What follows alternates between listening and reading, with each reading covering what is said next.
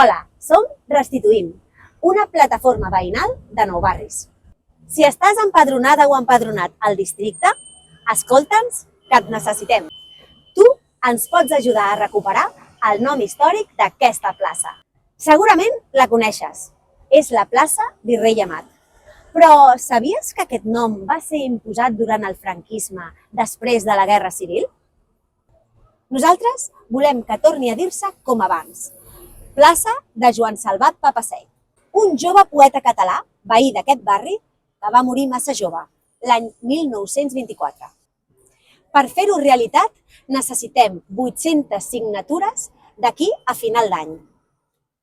Sabem que no és fàcil, però entre tots i totes podrem aconseguir-ho. Ja tenim veïns i veïnes que ens han ajudat amb la seva signatura. També necessitem la teva.